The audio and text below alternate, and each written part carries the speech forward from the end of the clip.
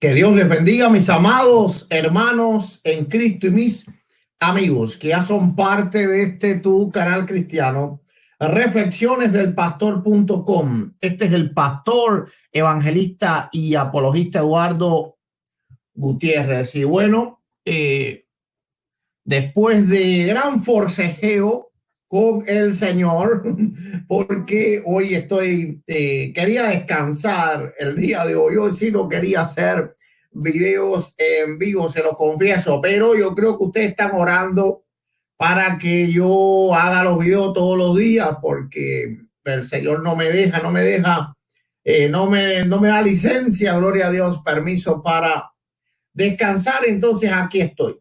Ya son las 11:53 de la noche aquí en el horario del este, así que es sumamente tarde para mí, estoy sumamente cansado.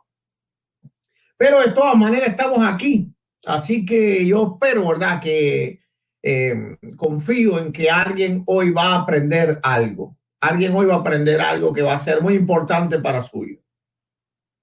Muy importante para su vida. Los teléfonos están abiertos, no hay tema ninguno, pueden llamar y preguntar lo que sea. Recuerden que si estás aquí por primera vez en Reflexiones del Pastor.com, suscríbete porque hacemos videos todos los días, diariamente. Diariamente hacemos videos en vivo, hacemos debates bíblicos aquí, debates teológicos entre pues creyentes de diferentes doctrinas, porque yo soy apologista. Ahora tenemos varios debates estos días. También abrimos los teléfonos para que nos llamen y hagan las preguntas que quieran sobre la palabra de Dios, sobre la escritura, sobre cualquier tema doctrinal o cualquier tema espiritual. Y bueno, en general estamos siempre hablando de lo que nos gusta, de la palabra de Dios. Y ya tenemos aquí la primera llamada. Tenemos la primera llamada. Un momento. Vamos a colocarnos los equipos.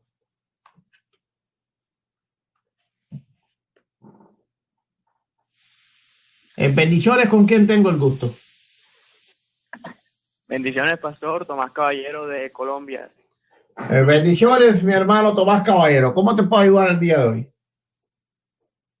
Pastor, tengo, una pregunta acerca del canon.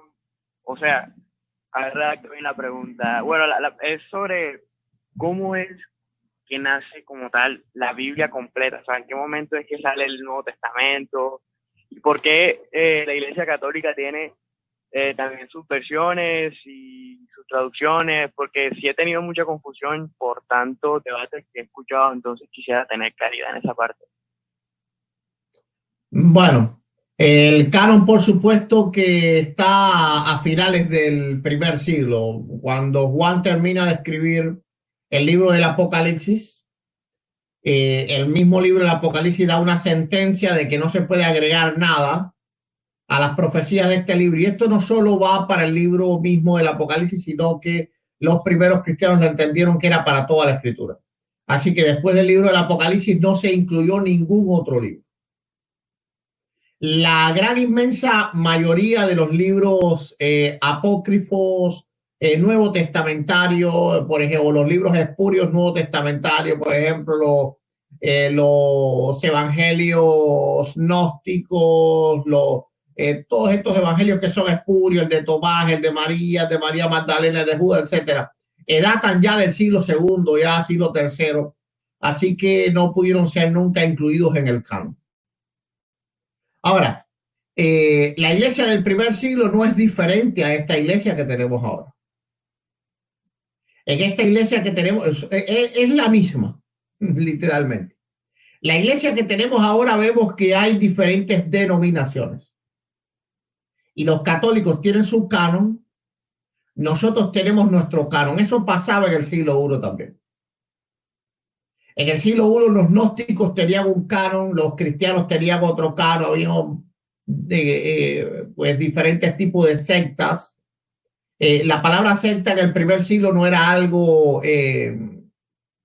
negativo, sino simplemente era un grupo. El mismo Orígenes, cuando escribe en debate contra Celsus, pues él dice que eso era lo bueno del cristianismo, que tú podías estudiar todas las diferentes sectas del cristianismo para estar en la mejor.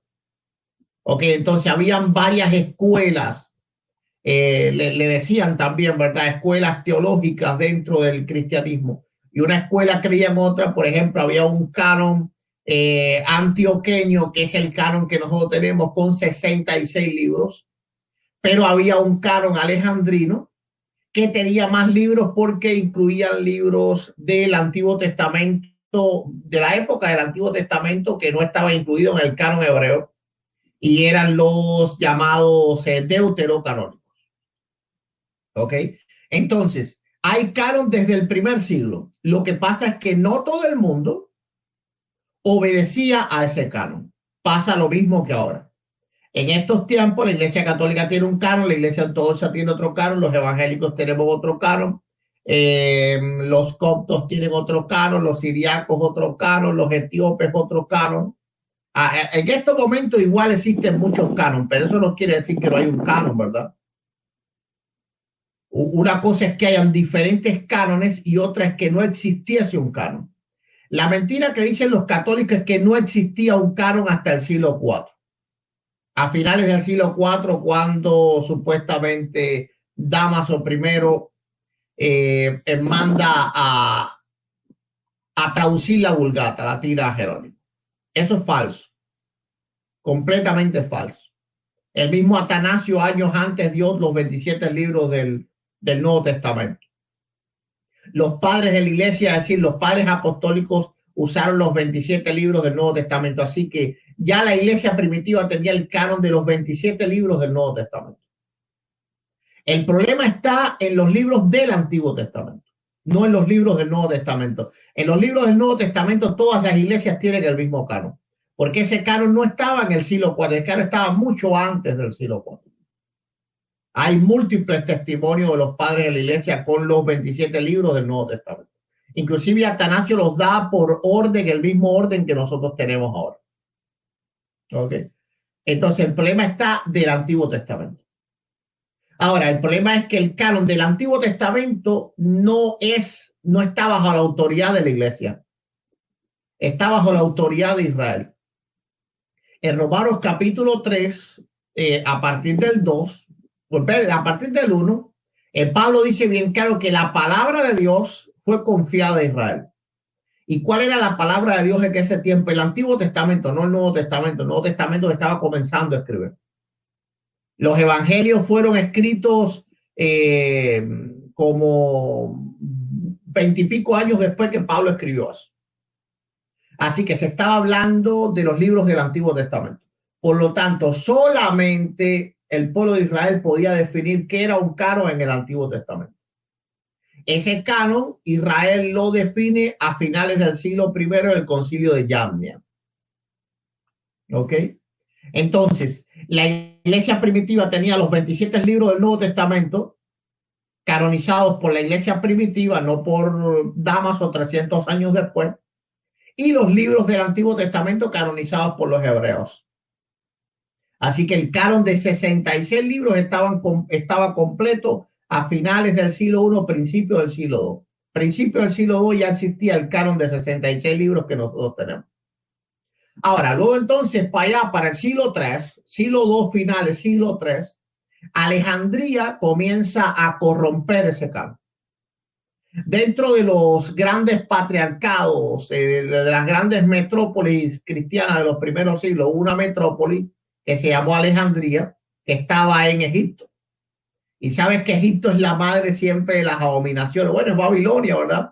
Pero después Babilonia, Egipto. Son los dos lugares que la Biblia siempre usa en relación a la maldad. En Alejandría surge una escuela que comienza, era demasiado griega. Recordemos que en Alejandría es donde se tradujeron unos 300 años, 200 y pico años, 270 creo, antes de Cristo se traduce la versión de los 70. Entonces ellos estaban orgullosos de esa versión de la 70 que había sido traducida en su ciudad 270 años de Cristo, antes de Cristo. Entonces ellos comienzan a forzar, como eran poderosos en dinero, porque la ciudad de Alejandría tenía mucha plata, tenían ahí, comienzan a forzar y tratar de incluir todos esos libros dentro del cristianismo, los libros apócrifos, los deuterocanónicos que le dice la Iglesia Católica, que en verdad son libros apócrifos, porque no son inspirados. No son expurios, pero son apócrifos. ¿Ok? Entonces, esa era una lucha que había siglo II, siglo III. Por un lado estaba pues lo que es Jerusalén y lo que es Antioquía, que eran fieles al canon de 66 libros. Y estaba Alejandría, que había corrompido ese canon porque comenzó a insertar libros de la Septuaginta, de la versión de la Septuaginta.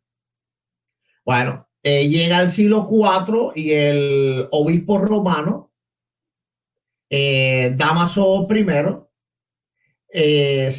como era un hombre completamente indocto, inclusive nunca había leído la Biblia, no sabía qué significaba Hosana, le tuvo que preguntar en una carta a Jerónimo qué significaba. Imagínate, el obispo de Roma nunca había leído la escritura, así de cuánto analfabetismo bíblico existía en esa época. Y él le da la razón a los de Alejandría, inclusive en contra de Jerónimo. Porque Jerónimo agarra la enseñanza de Jerusalén. Jerónimo vivió muchos años en Jerusalén. Y por eso Jerónimo rechaza los libros deuterocanónicos. El que le puso apócrifos no fuimos los cristianos evangélicos, fue Jerónimo.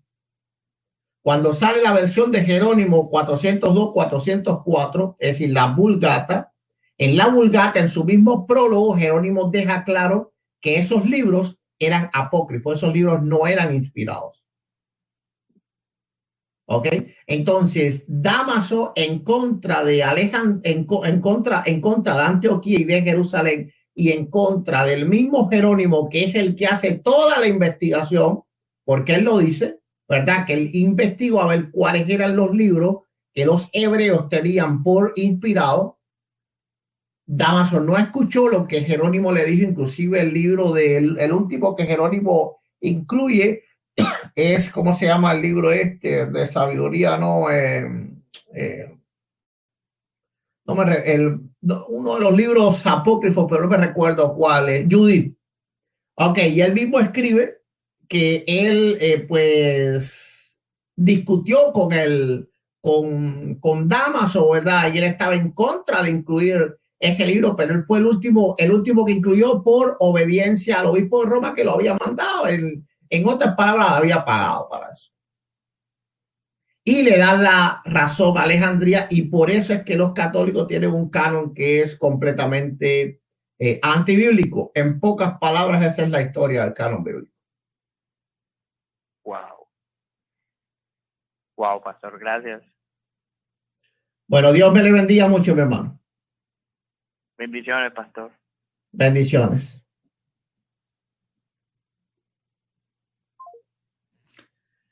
Llámanos 186-370-5555. 186-370-5555.